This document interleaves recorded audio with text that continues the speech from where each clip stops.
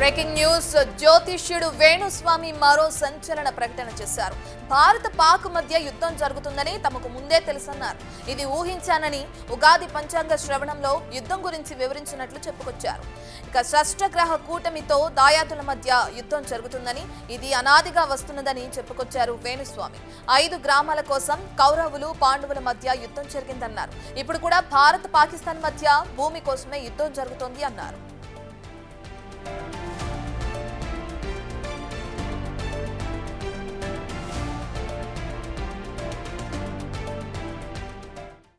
పాకిస్తాన్కు ఇండియాకు యుద్ధం వస్తుంది, యుద్ధ వాతావరణం ఉంటుంది షష్టగ్రహ కూటమి వల్ల అని చెప్పడం జరిగింది.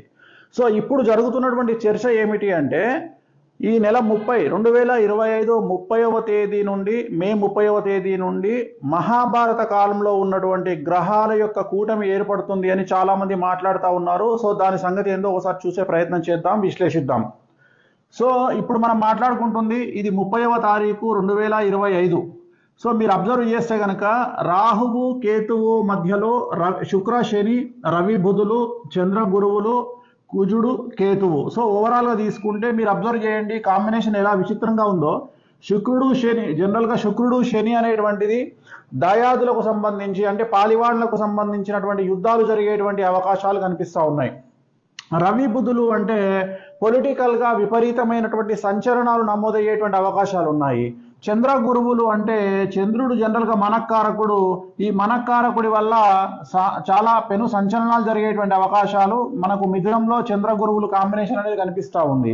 ఒకవేళ మిగిలింది చూసుకుంటే కేతువు పక్కనే కుజుడు, రాహువు పక్కనే శుక్రశని కాంబినేషన్ అనేటువంటిది కనిపిస్తూ ఉంది. మరీ ముఖ్యంగా మీనరాశిలో మీనరాశిలో శని శుక్రుల కలయిక ఇక్కడ కనిపిస్తుంది. మీనరాశిలో శని శుక్రుల కలయిక అనేది చాలా డేంజరస్ పరిస్థితి. ఇక అన్నిటికంటే అతి ముఖ్యమైనటువంటి కొన్ని విశేషాలు నేను చెప్పదలుచుకున్నా. బార్హస్పత్య మానము ప్రకారము మనకు చాంద్రమానము సౌరమానము అని ఎలాగైతే ఉంటుందో అలాగే బార్హస్పత్య మానము అని ఒక మానం ఉంటుంది. దాని ప్రకారంగా తీసుకున్నట్లయితే ఈ నెల అంటే మే 17వ తేదీ నుండి 8 సంవత్సరాల పాటు గురువు అతిచారంలోకి వెళ్తా ఉన్నాడు. సో గురువు అతిచారంలోకి వెళ్ళడం అనేటువంటిది చాలా చాలా చాలా సంచలనాత్మకమైనటువంటి విషయము. దాంట్లో ముఖ్యమైనటువంటివి 2 ఫేజులుగా మనం భావించాల్సి ఉంటుంది.